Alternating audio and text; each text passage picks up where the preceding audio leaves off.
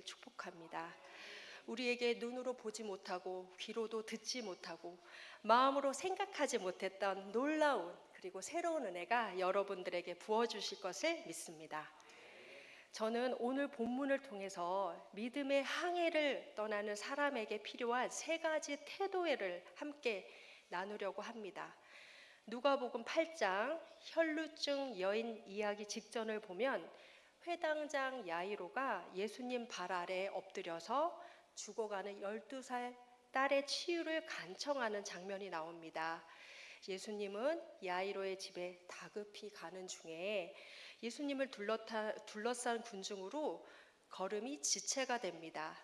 42절 예수께서 가실 때에 무리가 밀려들더라.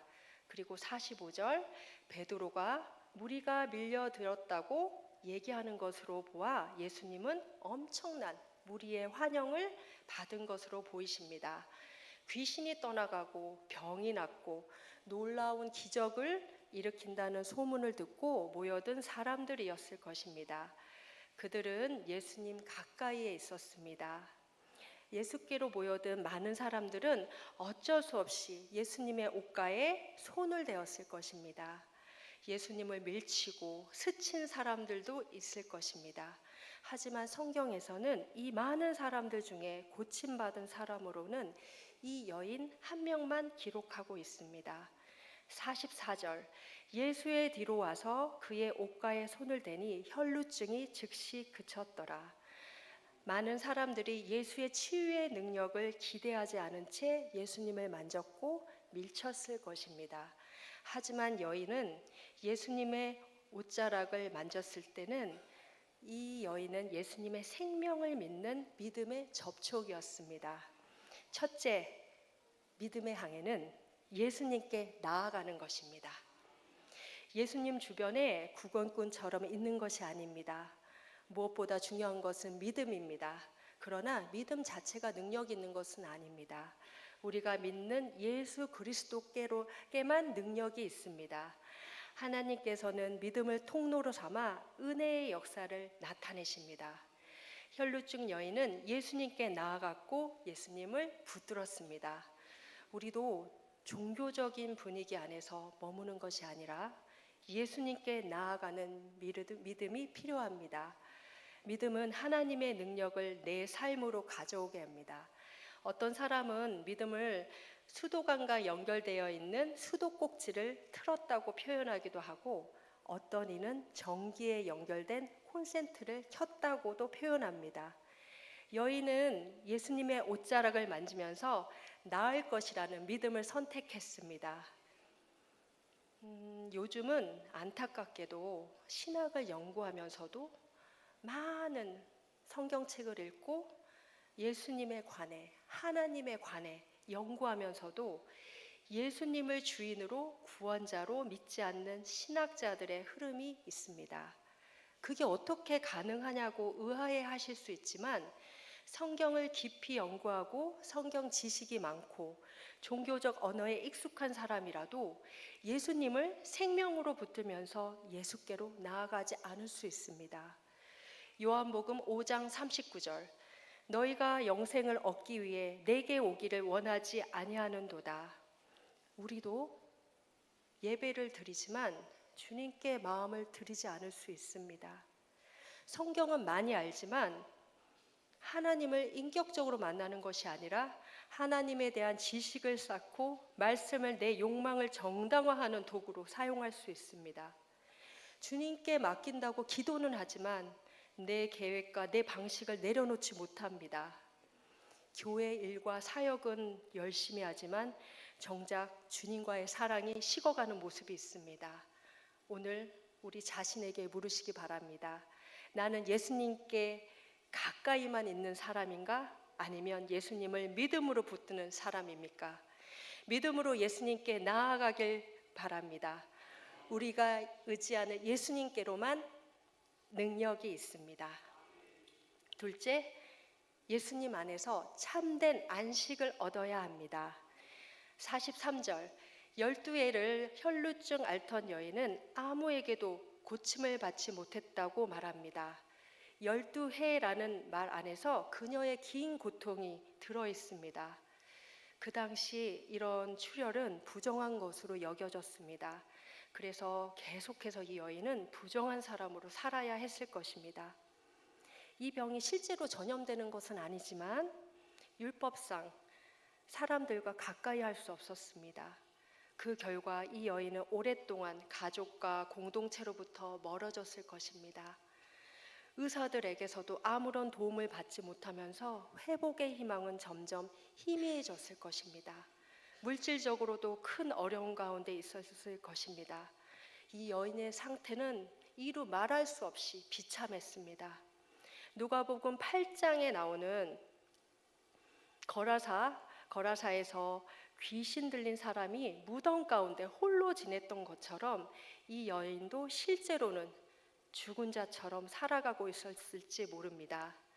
44절, 예수의 등 뒤에 손을 대니 혈루증이 즉시 그쳤더라. 12해 동안 그녀를 붙들고 있었던 질병의 사슬이 끊어졌습니다. 그러나 예수님의 회복은 여기서 끝나지 않았습니다. 48절, 딸아, 내 믿음이 너를 구원하였으니 평안히 가라. 여기서 딸이란 실제 헬라어 원어로 자녀된 딸을 의미합니다. 예수님은 혈루병 여인을 여자야, 아픈 여인아, 부정한 여인아 라고 부르지 않으셨습니다. 딸아, 이렇게 불러주셨습니다. 예수님은 그녀의 몸만 고치신 것이 아니라 그녀의 정체성을 회복시켜 주셨습니다. 공개적으로 잃었던 신분을 되찾아 주셨고 구원의 반열에 들어가게 해주셨습니다. 하나님의 자녀로 세우신 것입니다. 놀라운 일입니다. 그리고는 평안히 가라고 말씀하십니다. 예수님께서 이렇게 말씀하시고는 얼마나 좋으셨을까요? 누구보다도 이 여인의 고통을 알기 때문에 예수님은 본인의 능력으로 치유해 주시고도 오히려 네 믿음이 너를 구원했다고 우리를 칭찬해 주십니다. 초대 교부 어거스틴은 고백록이라는 그의 저서에서 말합니다.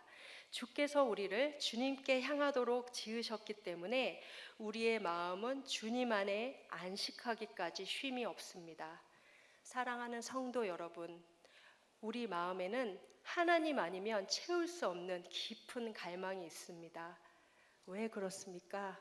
우리가 하나님으로부터 지음받았기 때문입니다.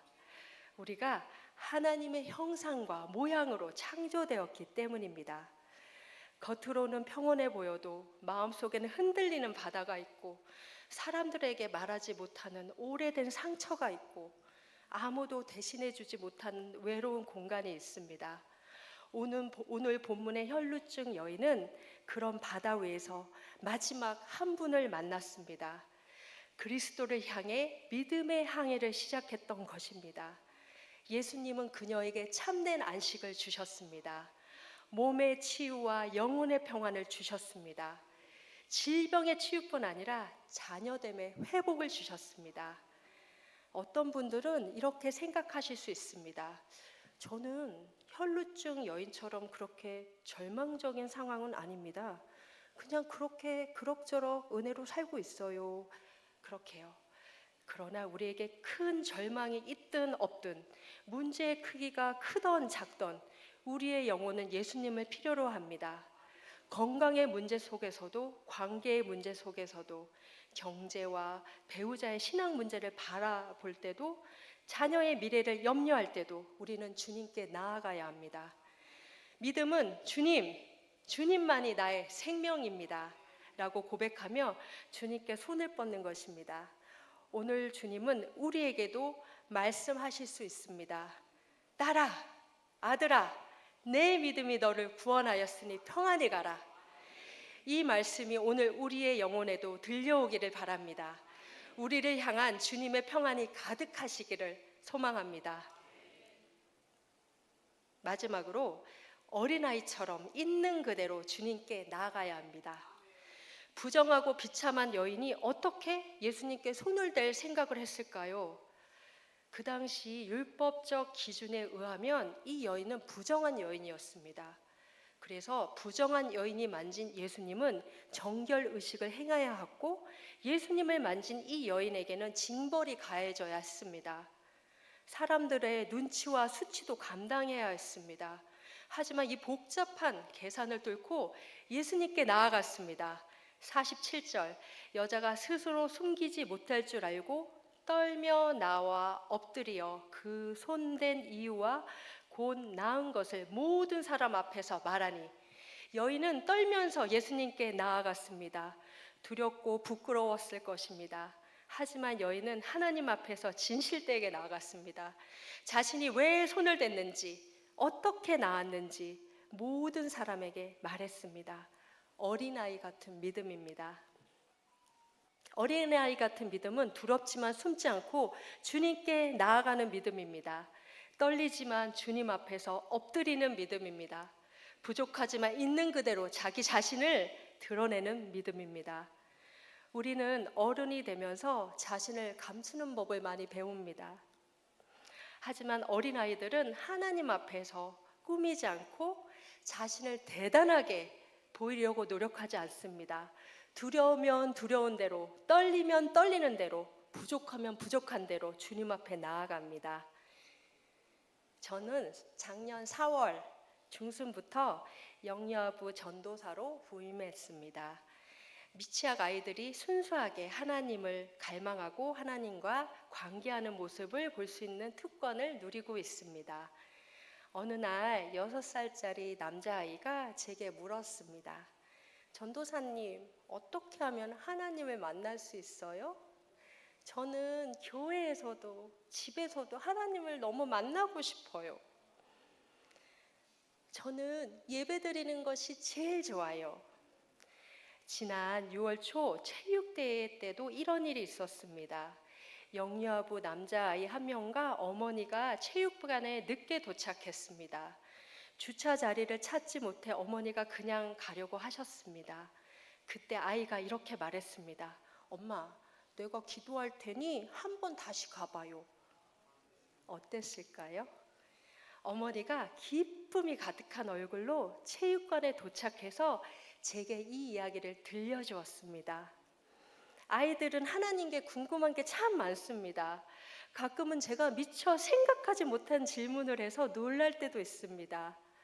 아담과 하와는 왜 에덴 동산에서 쫓겨났어요? 예수님이 십자가에서 못 박혔을 때 하나님은 어떤 마음이셨어요? 줄 서는 순서를 가지고 친구들끼리 티격태격 다툴 때도 어떤 아이는 이렇게 말합니다. 전도사님, 양보하는 것이 하나님을 기뻐하게 하시는 거 아닐까요? 어떤 아이는 예수님이 십자가에서 못 박히시는 그 그림을 보면서 입술을 삐죽거리기도 합니다. 이런 모습을 통해 저는 어린아이의 믿음을 봅니다. 순수하고 단순하고 예수님께 바로 나아가는 믿음입니다. 아이들은 하나님 앞에서 꾸미지 않습니다. 궁금하면 묻습니다. 좋으면 기뻐합니다. 하나님이 얼마나 자신을 사랑하는지 그냥 받아들입니다. 한 번은 예배를 예쁘게 평소에 잘 드리던 아이가 그날따라 마지막 주기도문송 찬양을 부르는데 앞에 나왔습니다. 근데 그날따라 우스꽝스러운 몸짓과 표정으로 찬양을 했습니다. 처음에는 저는 이 아이가 너무 흥분했나 싶어서 잠깐 진정시킬 마음을 가졌습니다. 하지만 제 마음에 이런 생각이 떠올랐습니다. 이 아이가 하나님을 기뻐하고 있구나. 하나님 앞에서 기쁨을 주체하지 못하고 있구나. 그 순간 저는 법궤가 예루살렘 다윗성으로 들어갈 때 왕의 체면을 내려놓고 하나님 앞에서 힘껏 춤추었던 다윗이 생각났습니다. 다윗은 하나님 사람들에게 어떻게 보일지 먼저 생각하지 않았습니다. 왕으로서의 품위보다 하나님 앞에서의 기쁨이 더 컸습니다. 그래서 하나님을 기뻐하는 이 마음이 온몸으로 흘러나온 것입니다. 우리 작년의 신앙은 때때로 복잡합니다. 경험이 많아질수록 이유도 많아지고 상처가 많아질수록 방어도 많아집니다. 아는 것이 많아질수록 하나님께 바로 순종하지 못할 때도 있습니다. 체면이 중요해질수록 하나님 앞에서 마음껏 기뻐하지도 못합니다. 믿음의 항해에서 어린아이는 폭풍을 다 이해하지 못합니다. 파도의 방향도 모릅니다.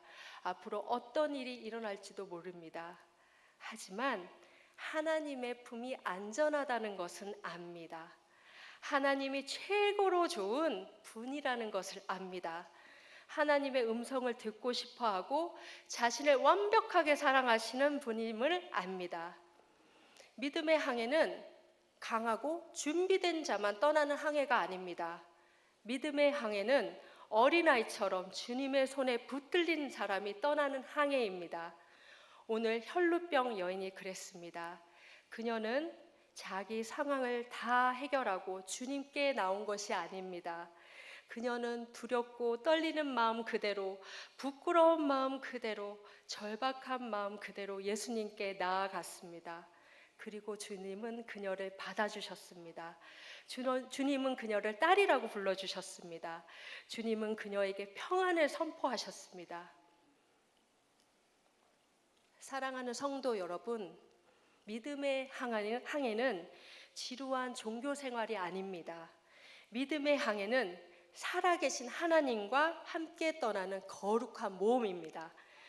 우리는 내일 일을 다 알지 못합니다. 앞으로 어떤 파도를 만날지도 모르고 아무것도 모릅니다. 하지만 우리는 한 가지는 압니다. 항해는 혼자 떠나는 모험이 아니라 예수님과 함께 떠나는 모험입니다. 그래서 가장 안전하고 가장 설레고 가장 복된 항해입니다. 예수님과 함께 사랑과 은혜를 경험하는 일상의 특권이 있습니다. 내 의로움과 내 죄가 죽고 예수님 안에서 날마다 다시 사는 영광스러운 항해입니다. 어린아이처럼 주님의 손을 잡고 오늘도 믿음의 항해를 기쁘게 떠나시기를 주님의 이름으로 축복합니다. 말씀을 마치고 같이 기도하겠습니다.